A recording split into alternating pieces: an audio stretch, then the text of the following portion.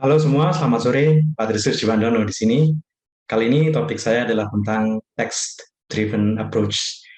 Ini adalah semacam teori pembelajaran untuk pembelajaran bahasa asing. Jadi kalau misalnya Anda sedang mengajar bahasa asing, entah itu bahasa Mandarin, atau bahasa Inggris, atau bahasa Jepang, atau mungkin bahasa Indonesia untuk orang asing, maka teori ini patut untuk disimak. Nah, text-driven approach itu adalah secara garis besar adalah satu pendekatan pembelajaran yang berpusat atau berawal dari teks. Jadi alih-alih membuat pembelajar itu menekuni grammarnya dulu atau kosakatanya dulu secara pelan-pelan, maka kita akan langsung masuk pada teksnya dulu. Jadi langsung dari teks, kemudian baru berangsur-angsur kita membimbing para siswanya itu untuk memahami teks sedemikian rupa sampai mereka bisa memproduksi, mengujarkan sesuatu atau menuliskan sesuatu, tentunya dalam bahasa sasaran. Nah, ini tentunya satu pendekatan yang baru, yang relatif baru, yang saya kira bisa menjadi alternatif untuk pembelajaran bahasa asing selama ini. Nah, materinya akan saya sajikan dalam bahasa Inggris, karena saya adalah dosen bahasa Inggris, tapi sekali lagi bahasa Inggris saya bukan sesuatu yang sulit dipahami. Nah, mari kita simak materinya ya. Okay, ladies and gentlemen, this is our topic today, text-driven approach. This is adapted from the expert who proposed this idea. He is Brian Tomlinson, and he proposed this idea in 2013. So it's a relatively new approach. Okay. Now, let me start with a simple definition of text-driven approach. Text-driven approach is actually using texts written in the target language, or TL. Now, the target language can be English, can be Japanese, can be Indonesian, can be Chinese, yeah, depending on the language that you teach. And the text is used to make the learners read and understand the content and then produce the sentences or utterances in the target language. Yeah, so the emphasis here is important. The emphasis is on reading and understanding the content, yeah, reading and understanding, and then gradually, berangsur-angsur, producing the sentences or utterances in the target language. Now you can see from the picture there, the students are focused on the text. So we are going to get the students, to make the students read the text, a lot of texts, long texts. And from there, we can build their abilities, their higher order thinking skills, their comprehension, and their ability to produce some utterances or even write some essay. Okay. Now, the first stage is what we call a task-free stage. This is the very beginning stage of a text-driven approach. It is called task-free because it is really free from tasks. Students are not told or are not instructed to do a certain task. All they need to do is just reading and listening all the time. There is no task given. You as a teacher do not give a task. You do not test them. You do not ask them questions. You just let them read and listen. Okay. So yeah, as I have said before, learners will read and listen to texts of various text types and various genre about a certain topic. So as you can see from the picture, some students probably want to listen to a certain material from their laptop. They listen to a material of that topic. Some other students probably prefer to read, like this student here. Yeah, she is reading a material and then she is taking notes. Also, the boy in front of her also read something. Yeah, so basically, in the task-free stage, your students will read and listen about different materials, about different text types, can be listening, can be reading, about a certain topic, about a certain major topic. Okay, so that's the task-free stage. And then we go to the first stage. Now, the first stage is called cognitive engagement in higher order thinking skills.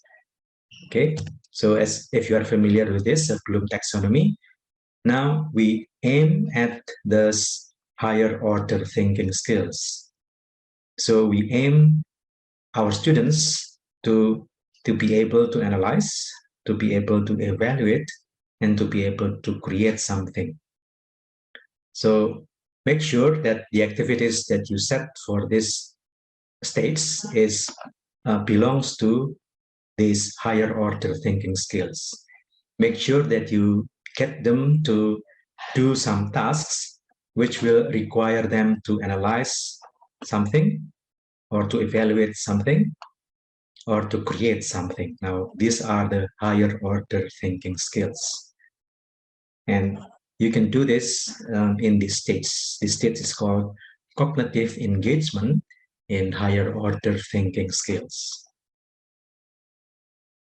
Okay, so you do not give them practice in grammar or in vocab or in multiple choice. No, that's not higher order thinking skills. Okay. So in this stage, you can tell the learners to connect the ideas of the text that they are reading to their own real life. So after reading a long text, they will have to connect the content of the text to their real life.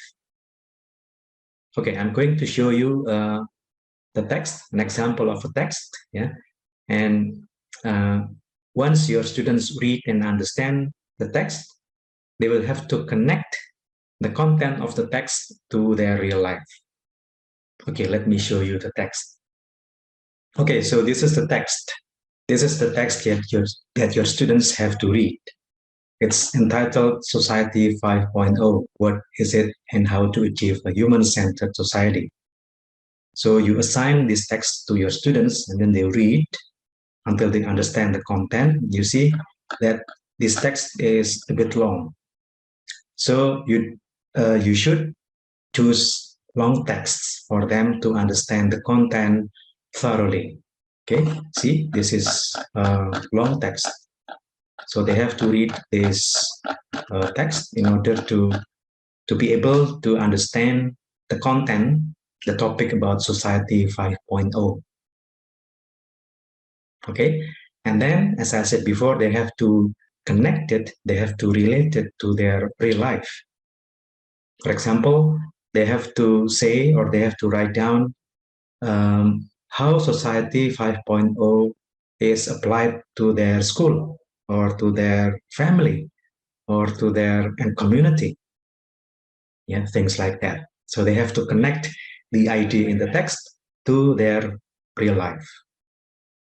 Okay, now let's go back to the main slide. So that's about connecting the ideas. Now the second one, you can also tell the learners to evaluate the content of the text or the tone of the text. You can ask them to say whether the text is credible or not, whether the text tells the truth or maybe not very correct. The ideas are not very correct, are not very true. Yeah, they can also evaluate the tone. Is the text hard or rude or soft or persuasive or very critical, maybe even cynical? Yeah, so they can also evaluate the tone of the text. But here on the second, in this kind of effective activity, they have to evaluate the content of the text. They have to say whether the content is credible bisa dipercaya, trustworthy, bisa dipercaya, or not. Yeah. Okay. And then the next activity that you can also do is to tell the learners to solve a problem posed by a text. So select a text in which there is a problem at the end, and then your learners have to think about how to solve that problem in the text. Okay, so these are the three activities that you can do in this stage: cognitive engagement in higher order thinking skills. Okay, now the next one is what we call affective engagement. You can see from the picture, affective means emotion. Yeah, so learners should feel excited, happy, sad, worried, or even angry about the content of the text.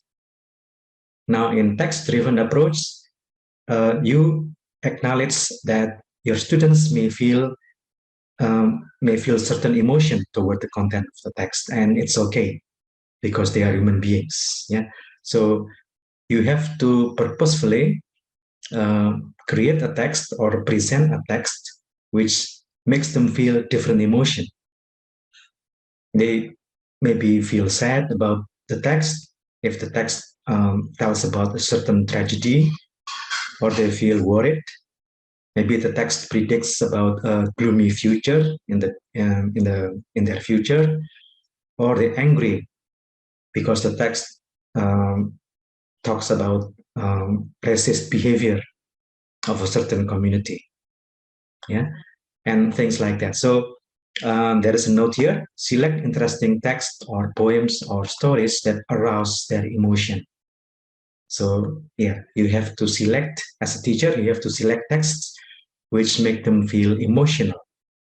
And it's normal, it's okay. It even strengthens their language learning power. Okay. Now, the next one is what we call focus on form. Now, this is a chance for them to pay their attention on the sentence patterns, on the special vocabulary, special expressions that are used in the text. You can spend a few hours or part of the time to focus on form. Yeah.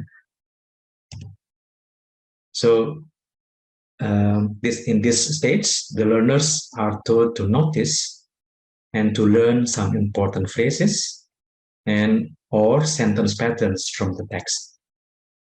So you guide them to notice the different patterns, some important patterns, maybe patterns with tenses or order of adjective and noun and things like that. Yeah.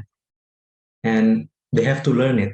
They have to learn the patterns. Okay, so this is called focus on form. Okay. And then the next stage, the next step is increasing the educational value of the text. Now, this is even more exciting. Yeah. You can see here. See, the picture is a group of students discussing a certain topic. Yeah. So after reading the text, learners can discuss or even hold a brief debate about a specific interesting topic in the text. So after everybody reads and understand the content of the text, they can come to a debate, or they can come to a discussion to discuss a specific point in the text. You can also raise a specific issue based on the text, and then they will debate on that issue, or they will discuss that issue. Yeah. Learners can go to a place discussed in the text. So if your text talks about a certain interesting tourism object, then you can, well, of course, if you can afford the trip, yeah, and you have time, you can arrange a trip to that place, and that will be exciting for your students. I believe your students will be happy if you take them on a tour. Yeah. Learners can also present the good idea of a text to a certain community or institution. So based on the text that they have read and understood, they can go to, say, for example, library, and then they present their ideas to the library staff. They persuade the library to collect some books with the topics that they have read. Yeah, or they can go to a community like maybe mayor's office, yeah, or an institution under the mayor, and then they can present their idea there, yeah, based on the text and based on the discussion that they have done. Yeah. Or your learners can design something based on the content of the text. If you are teaching engineering students, after reading a certain text, they can be instructed to create a device, a simple device, or a simple coding, or a simple poster, yeah, based on the text, of course. Okay, so you can have these different options, different activities after your students read the text thoroughly and they have understood the content well. Okay, so this is how you increase the educational value of the text. Okay, so the text just is not just read and understood, but your students can do something beyond the text. They can present their ideas to some other people. They can have a discussion, or they can design something based on the text. Okay. Yeah, so those are some brief tips about how to conduct a text-driven approach. Try that. I'm sure that will be exciting. Good luck for your teaching, and see you again in my next episode.